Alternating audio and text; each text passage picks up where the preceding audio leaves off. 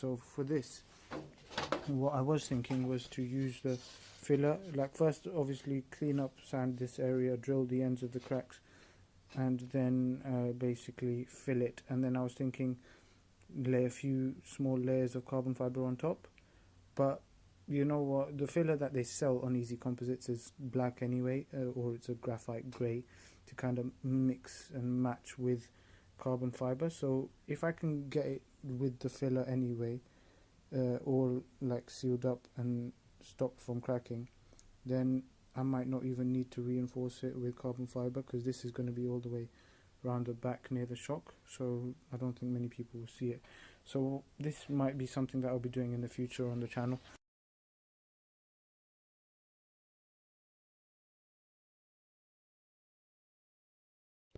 So guys, I'm in the garage about ready to start the epoxy repair on that carbon mudguard. Now actually I've had a change of plan. It is absolutely freezing in here. According to this data sheet, it says here it requires temperatures between 15 and 30 degrees to be used, and literally in here it's like 5 degrees. So I'm going to grab everything, we're going to take it inside. Right, so I've sort of made a sort of makeshift apparatus thing here. So this is in my room. I've got the heater turned on so that we can get a bit more heat in here. It should be a nice 20 degree ambient temperature here. So we've got the mixing pot, we've got all the stuff set up here. Actually it works better here, so in terms of the football being pressed up inside there, it's helped it retain its shape a bit better than when it was mounted. So I'm going to fill that in now. I'm all gloved up, I've got my goggles on and my mask on, so let's get to it. When I let you go, ooh, I just pulled you closer. Ooh, I can't understand where it came from, but you got it, I got it. It began in the land of the sandstorm. I fought it, though I wanted everything to do with what you give to me. Loosening my grip has pulled you into me. When I let you go, it just pulled you closer. It's a long departure.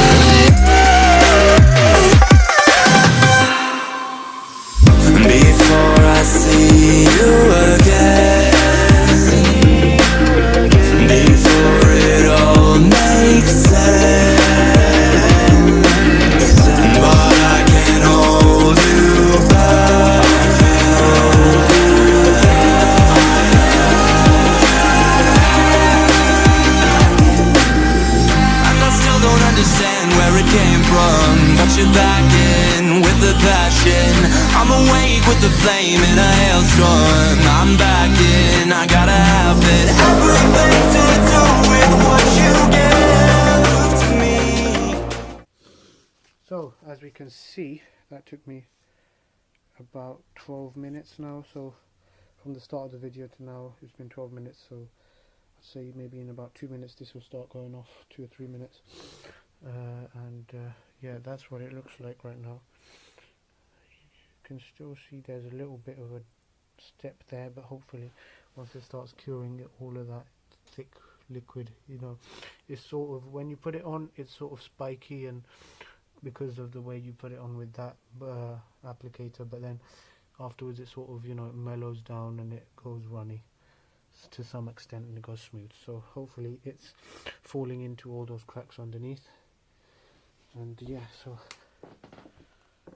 that's what it looks like right now once it's obviously sat. It's been about half an hour since I started applying, and you can basically see there's a little bit of drip, but it's very slow now, so it's probably started to cure.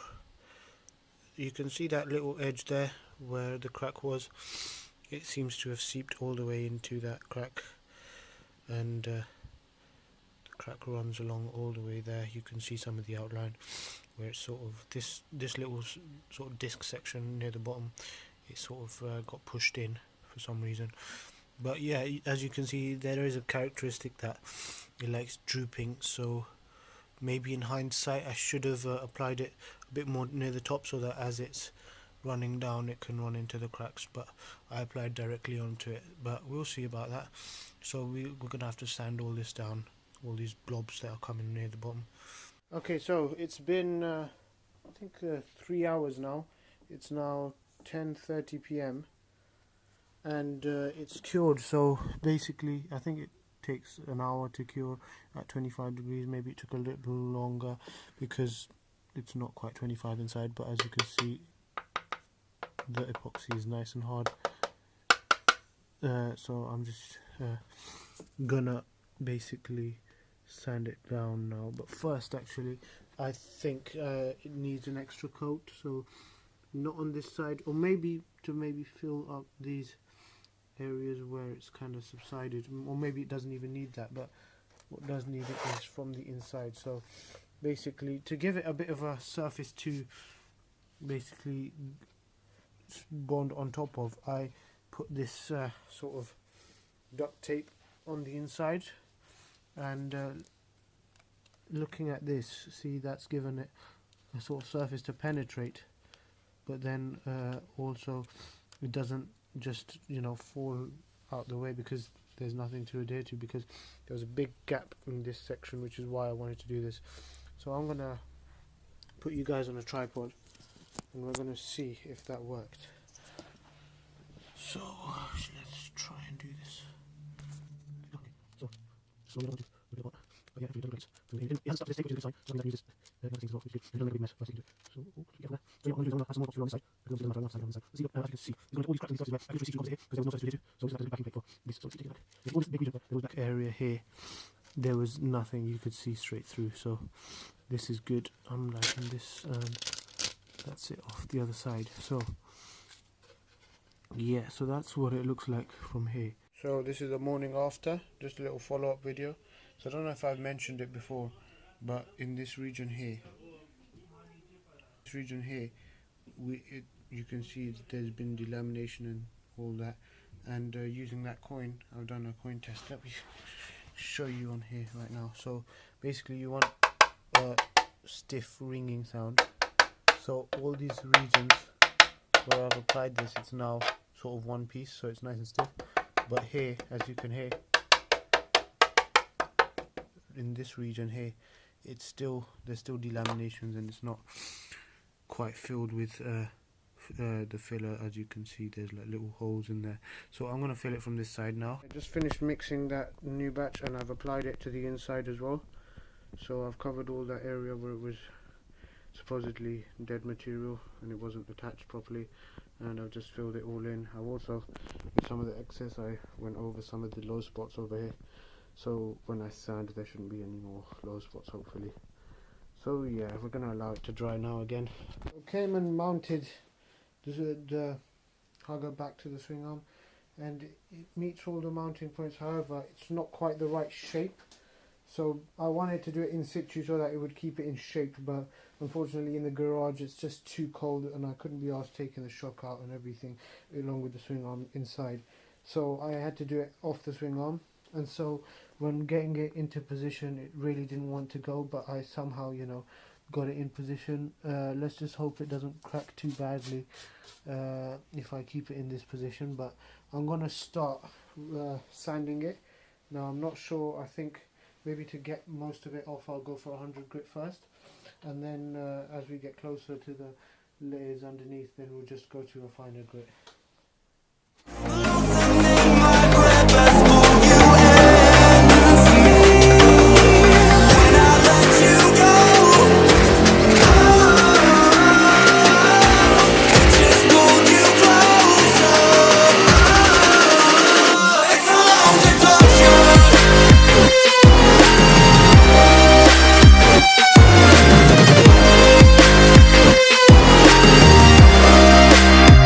It's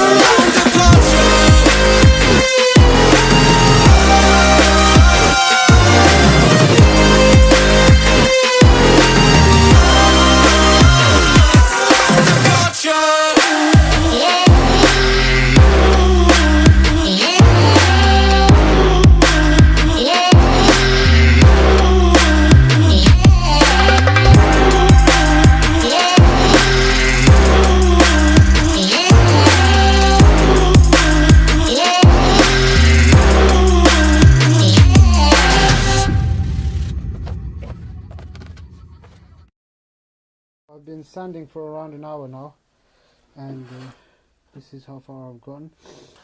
So quite a lot of this was like big drips. I've gotten rid of most of them, although some of them still remain, especially these ones. I'm kind of thinking I should have masked these off beforehand, and yeah, look at that. But it's not too bad. We got a bit of that to do. I reckon maybe a tiny bit more sanding. It's quite smooth now. I mean, it's not flat, as you can see, but I reckon once it's polished it won't be that visible. And anyway, this is back near the shock, so you can just about see it from the sides where this mounting point is, and just about on near that mounting point as well. So I'll keep going for a bit, maybe with a finer sandpaper, because I've done quite a lot with the 120 grit, so we'll go to a finer one. I just want to show you, I've done most of the sanding. As you can see, it looks quite messy. I could keep going, but I'm not sure. I mean, there's barely a lip between these two places. It's these big blobs at the bottom that are really hard to sand, because you have to sort of fold the sandpaper to get them in there as well, and that fold just eats the sandpaper and it just disintegrates in your hands. So I'm just going to show you. So that's nice and solid over there, nice and solid, and then this region as well, as you can see, makes a slightly different tone, but it's not dead like it used to be before. It would just crumble in your hand. Seems pretty nice and strong. Now I need to have a look at that as well, the chain thing. I'm gonna get the sprocket and put it in, and we'll see whether it lines up. Okay, so we're in the garage now. I had this prototype caliper hanger printed about a month ago now, but basically I've never actually test fitted it with the actual disc and wheel, so I've only just done it in a static test. But now I've basically put all the spacers in, bolted this rear up, got the spacer in, it just about holds on to that, and I've got the caliper bolted in as well. And as you can see when I spin it, there's absolutely no binding for the caliper, so it's completely on center. It's looking good, and the pads are obviously pushed back a bit because it's been out of the bike, but it looks really well centered. So there's a center line, and it's right where the disc is, and there's no binding or anything like that, so that seems perfect. I mean, the bearings are a bit crumbly, but yeah, I just wanted to make sure, because I'm going to print the second prototype for this now, which I've fixed this S bend. I have beefed it up, and it's going to be up on this side with this thing moved in a bit, so it's going to be a different design, but the crucial measurements are the same.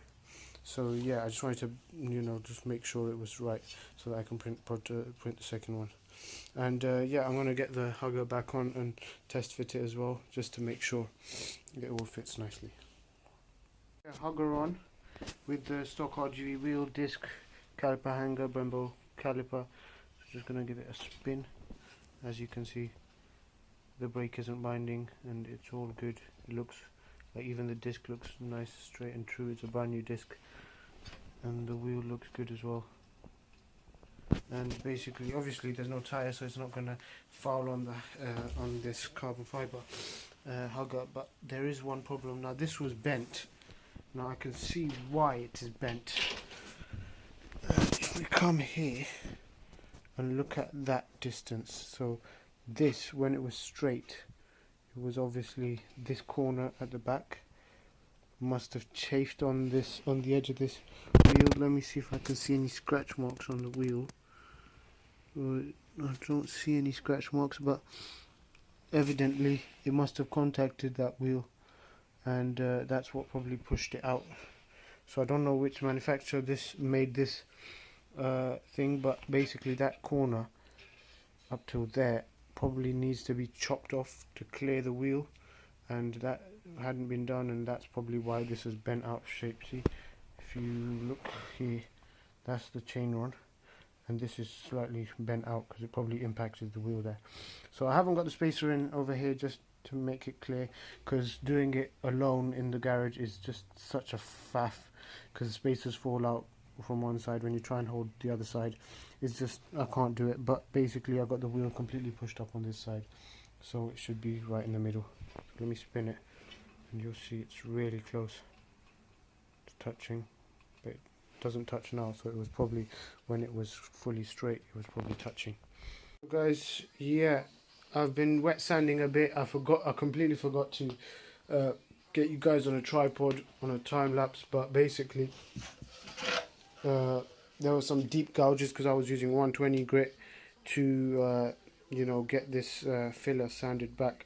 I mean, it's pretty smooth, it's got low spots, and it's definitely got high spots like that one that I just can't get out. It's too difficult, especially given like how close I am to the carbon fibre, and I've already made some gouges in it. But basically, yeah, so I've been wet sanding it. So I went to 600, then 1000 grit all around here, kind of feathered it in over here in this region. Then I went to 1200, then 1500, to 3000, and basically I've got it nice and basically ready for polish. So there's a few pictures that I'll attach. Basically during the wet sanding, obviously the water falls into all these, you know, micro scratches, and you get a really smooth surface. And when it's basically during wet sanding and you can't see any of the scratches, even the repair is almost invisible at some angles. So I think once it's nice and polished like this, then you know, in that corner under the subframe it won't be visible at all. So next thing, tomorrow I'm gonna go get some polishing compound. So at Halfords there's a special deal these days. Simon is color polish or something, color rejuvenator polish, something like that. It's only £2, so I'm gonna go pick that up tomorrow morning, and we'll give that a shot, because that's for, you know, really fine scratches in the clear coat and things like that, an oxidized clear coat. So it should work for this, because I haven't gone through the clear coat here.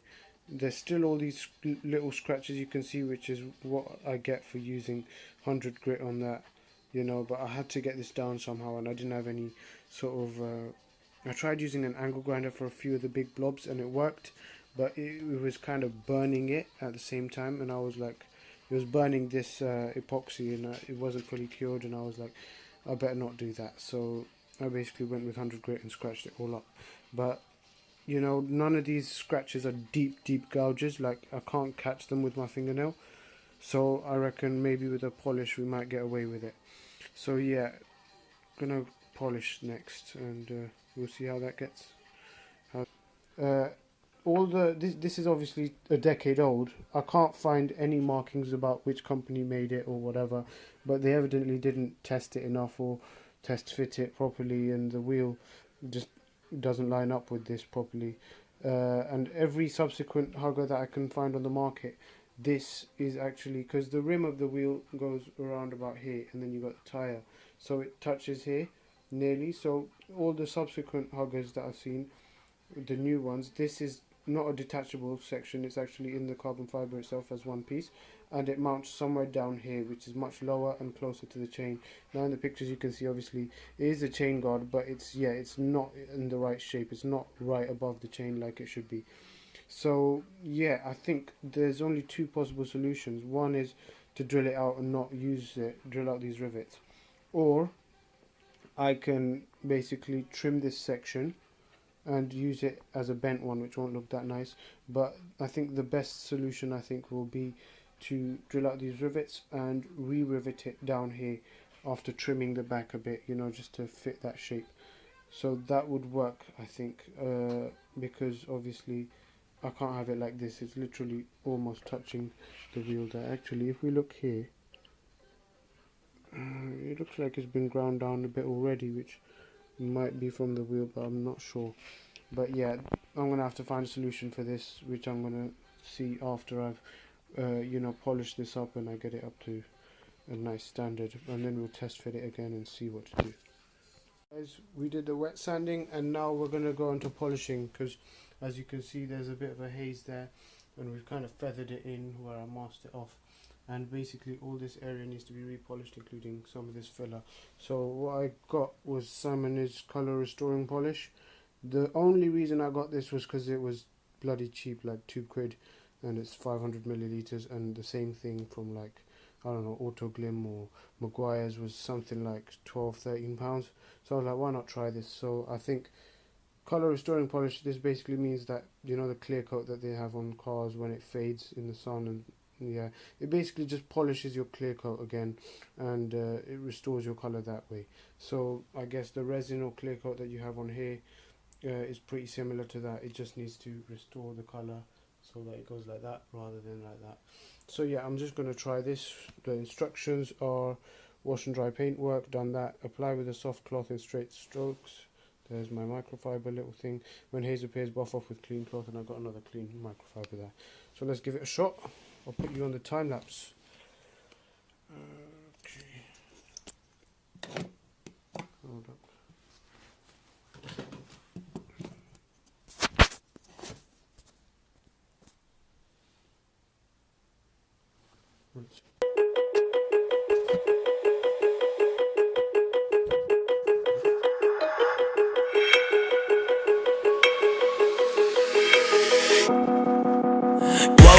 Told myself to push and never stop. I've been stressed out, watching both these hands around the clock. With my eyes wide, trying to get the panorama shot. Whole world getting blurry to me, answers getting lost. So I watch my back and keep it moving to the front. And remember that the world's yours, do it how you want. You've been waiting here for too long, think it's time for you to move on. Realize that there's real lies in these real times to be strong. I've been waiting all my life, and it was right before my eyes. Watching all this time slip by, now I realize, you know I've been waiting. So yeah, I've been using this polish for quite a while now. So basically, at first I don't think I was doing it properly. I was just like, you know, massaging it in and then leaving it to dry and nothing would happen. But what I think you're supposed to do, the instructions aren't very clear, and I've never polished before. So then what I did was, one of this section here, as you can see, it's nice and shiny now, but basically I'd wet sanded a bit there as well. So because it was a small section, I, you know, put it on the cloth, a microfiber cloth, and then rubbed it in really like hard so that it's very thin coat, and then just like kept going until like you can't even see any polish, but you've rubbed it in really well. And then it just you know, it dries just like that, you know, it's quite quick. So then once that dried, then I buffed it off, and then you could see that underneath it had gone quite shiny. So then I redid these areas over here where you can see now it's nice and reflective. If you look at that, the reflection goes all the way down there. Before it used to haze out. There's a tiny bit of a step maybe, but it's really not noticeable. But however, the one thing that is unfortunate is that this polish is white color, and as you can see, it's the filler's sort of taken a liking to it, the composite filler, and it's sort of dyed itself white. So I would probably avoid that. But I tried watering it out and then cleaning it, but it would still come back. So then I tried some degreaser on a bit of cloth, and that seemed to work a treat. So I'm just gonna do that, and then maybe just do it on these little scratches as well, because they sort of take the polish in, and then it sort of shows up all these big scratches that should have been hidden. So yeah, we'll get to that.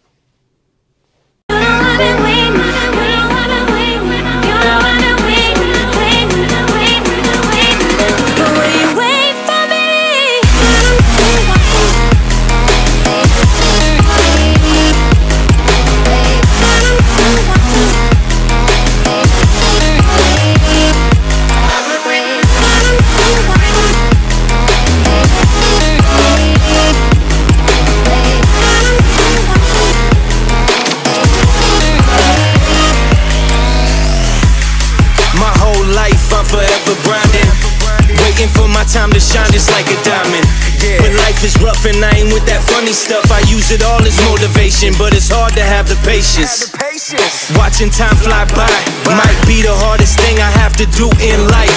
Frustrated that I ain't where I want to be yet, but I know that I'ma make it if I chase that check. Yes. Cause I done seen the time go by for too many years now, when the stars were aligned. Cause I done seen the time go by.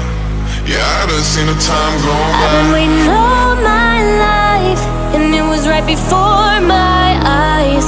Watching all this time slip by, now I realize.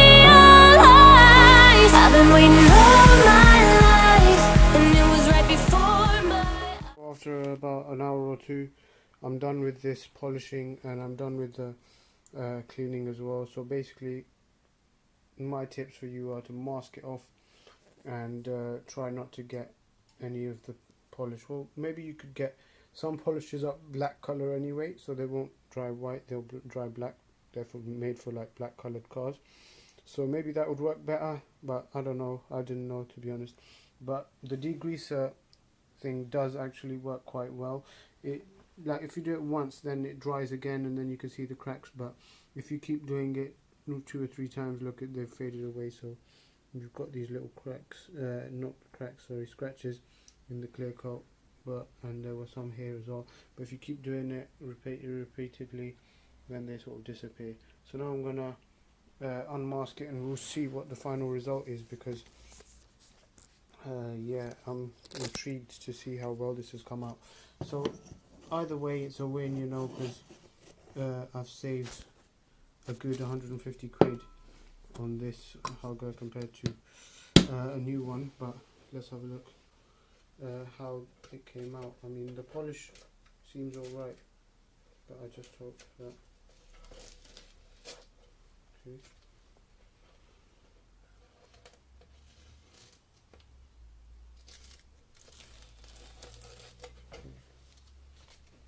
So I'm going to go over this with some more degreaser before showing you the final result.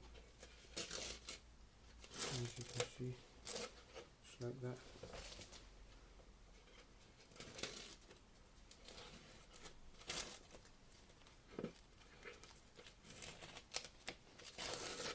There you go. So as we can see, these areas, we've got a bit of an overlap, but we can fix that, not too much of an issue. And I'm going to do some more degreaser on that. So let's have a look.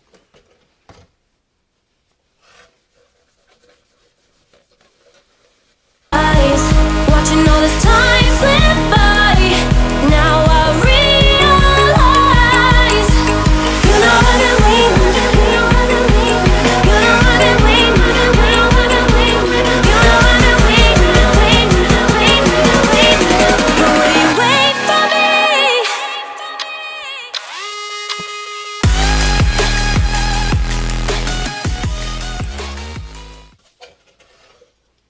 So yeah, I've cleaned it up with degreaser again. So yeah, that's what the finished product looks like. I mean, it's nice and polished, all areas pretty much. Bit of fade on that corner, but it shouldn't be an issue. Nice and polished over here as well. It's got some surface scratches. The filler is black. You know what, it might, I could, you know, to hide this sort of spray paint this back edge, but I don't know for sure. But the main objective is that this is nice and strong, and it will serve its purpose, and it would look good for the most part. I mean, from this side, that's what you're going to see, and from this side, that's what you're going to see. So yeah, I think it's been pretty good, and you know, I look forward to putting it on the bike. So I hope you found this helpful. I mean, this isn't a perfect guide. I've never worked with composite filler or polish and stuff before, but it's just a way that you can do it if, you know, you're on a budget and you don't want to, you know, carbon fiber all this with some epoxy resin and stuff. You may as well just fill the gaps if you've got big gaps. So yeah, thanks for watching, guys. I'll see you on the next one.